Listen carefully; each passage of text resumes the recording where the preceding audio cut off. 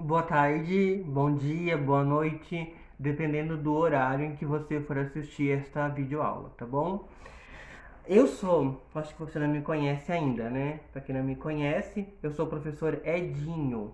Eu sou professor de língua portuguesa lá na escola, no colégio e na escola EEB de João dos Santos Arião, em Santa Rosa do Sul. E eu também dou aula de literatura no Colégio Murialdo, em Araranguá, tá bom? Então, assim, essa videoaula é uma videoaula especial, tá? É uma videoaula que o professor Edinho está fazendo para os quintos anos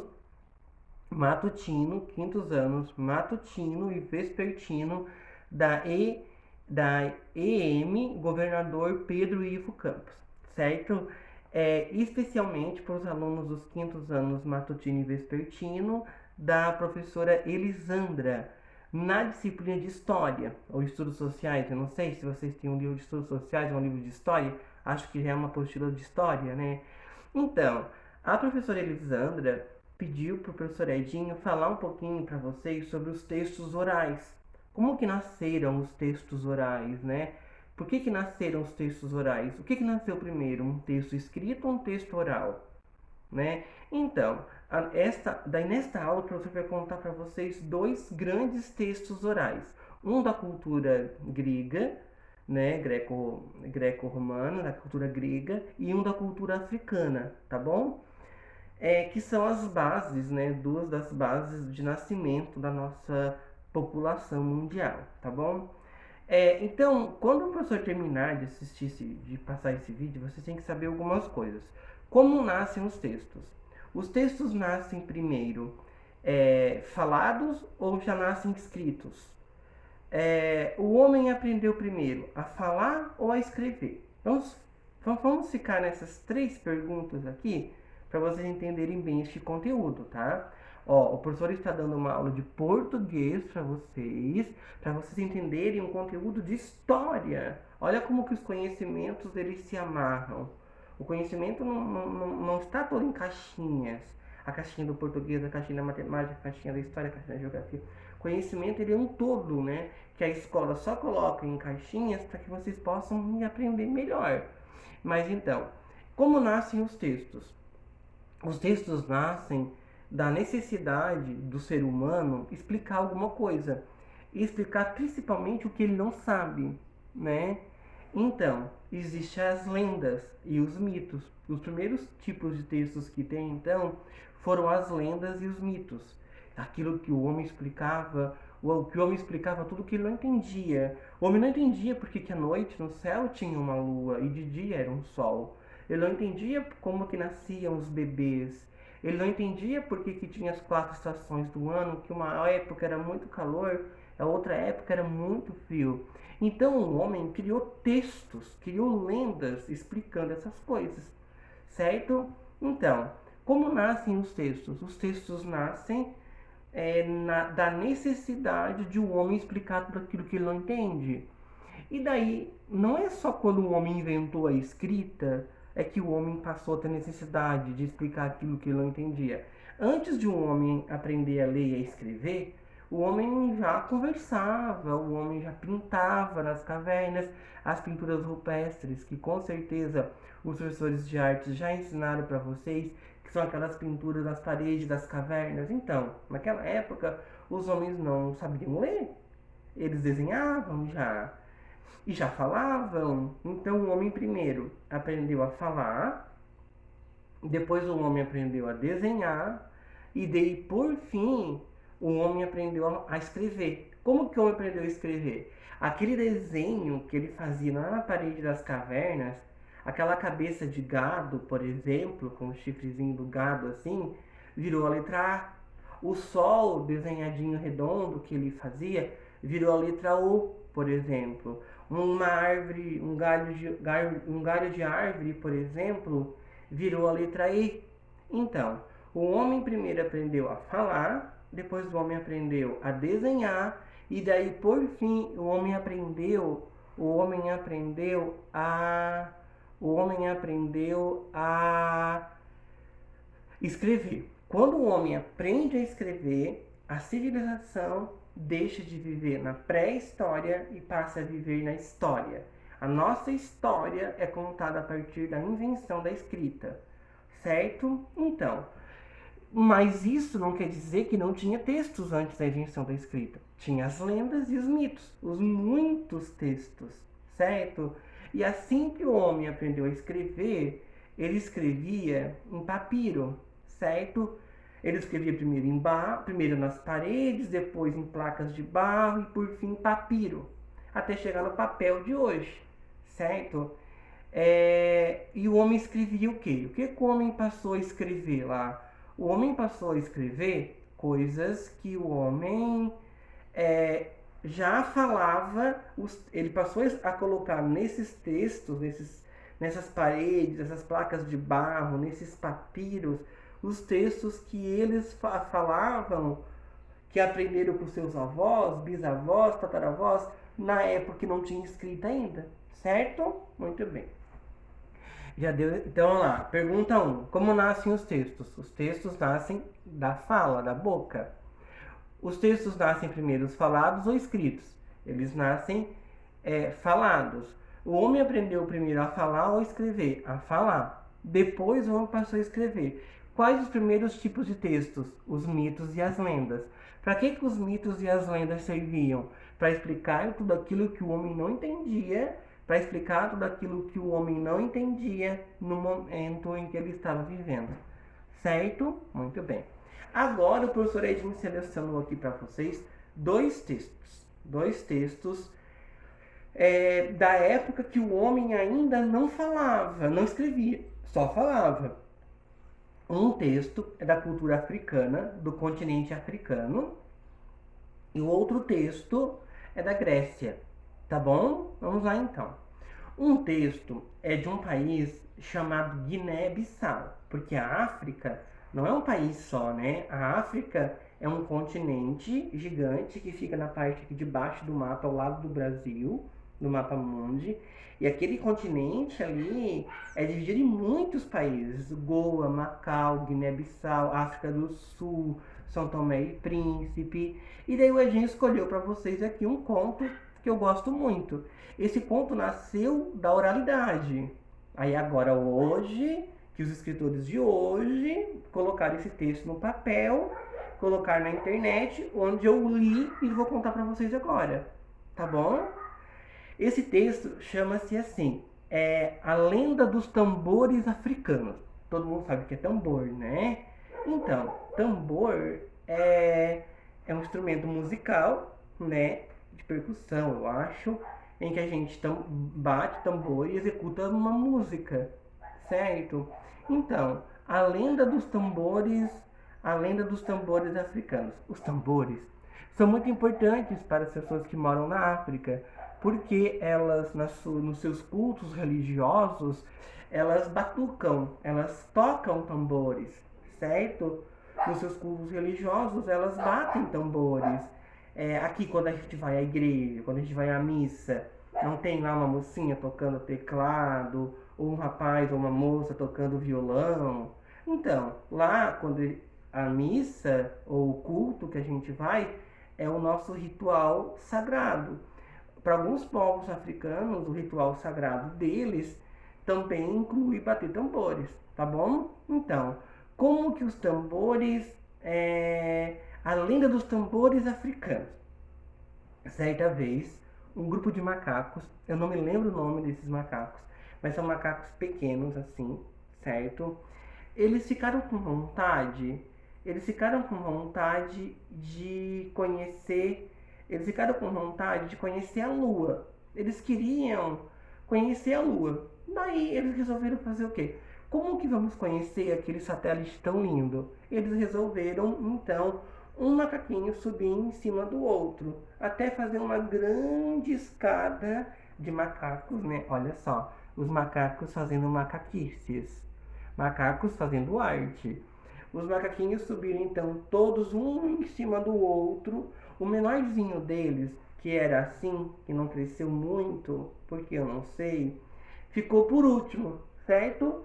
E quando chegaram lá, quando o macaquinho pequeno agarrou na lua, Todos os macacos se desequilibraram e caíram, ficando só o macaquinho lá, em cima.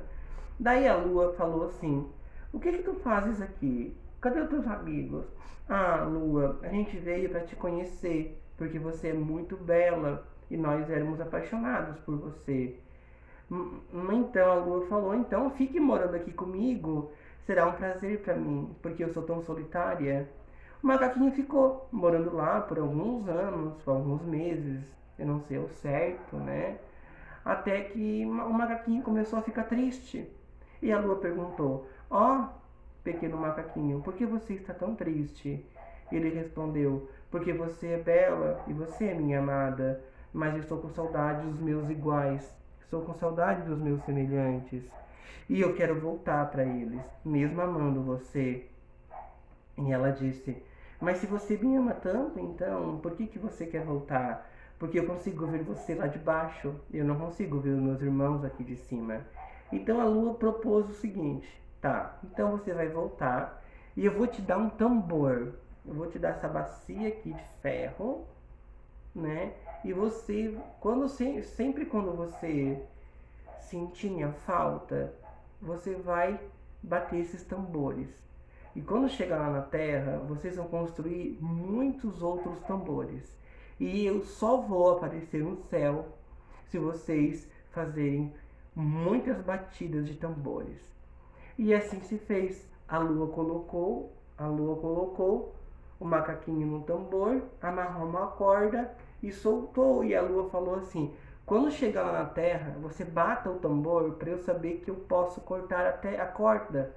O macaquinho veio. Só que antes de chegar na Terra, o macaquinho já bateu o tambor. Ele ficou com vontade, o macaco é curioso, né?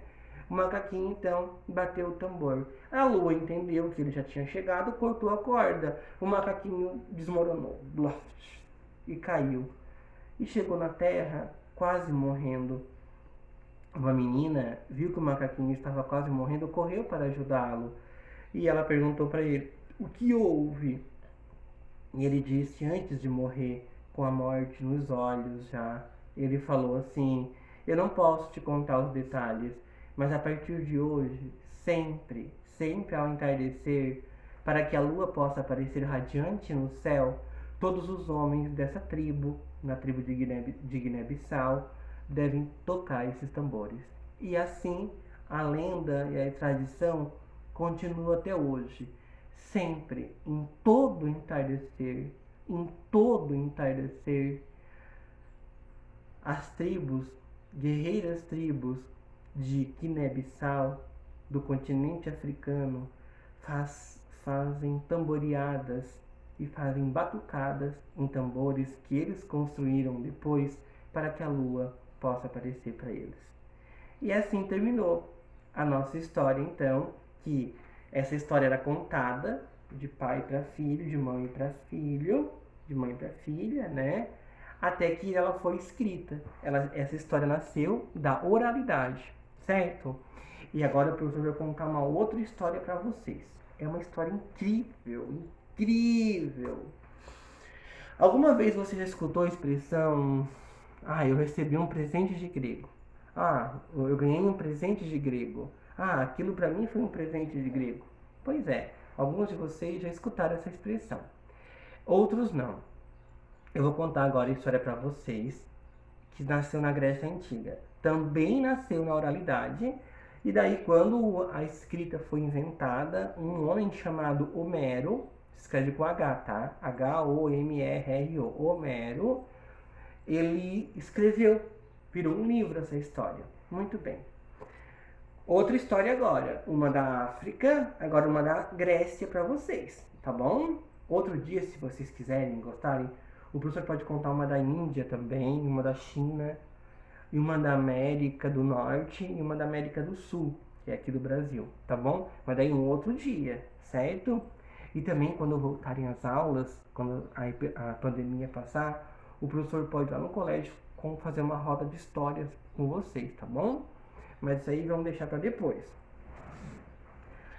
Tinha a Grécia. A Grécia era um país muito rico, governado por Menelau, um rei muito poderoso chamado Menelau. Menelau era casado com uma rainha chamada Helena. Helena, naquela época, tinha a fama de ser a mulher mais linda da humanidade. Helena era linda, inteligente, culta, educada. Era uma mulher digna de ser uma rainha, a mulher que representa todas as outras mulheres de um povo, certo? Então, é... certo dia, Paris, um príncipe de uma cidade muito poderosa, quase como se fosse um outro país, chamada Troia, vai visitar Grécia. Então eu tenho aqui Grécia, eu tenho aqui Troia.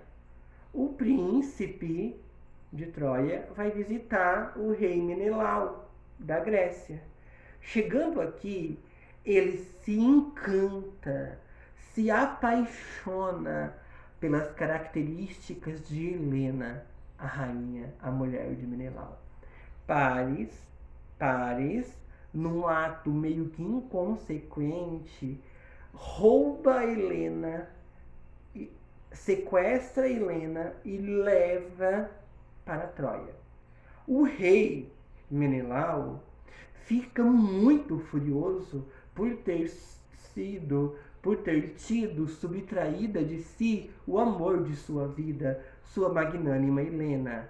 E ele então monta um grande exército e vai até a cidade de Troia, com a intenção de pegar Helena e trazer de volta para o reino dela, que é o reino da Grécia, certo?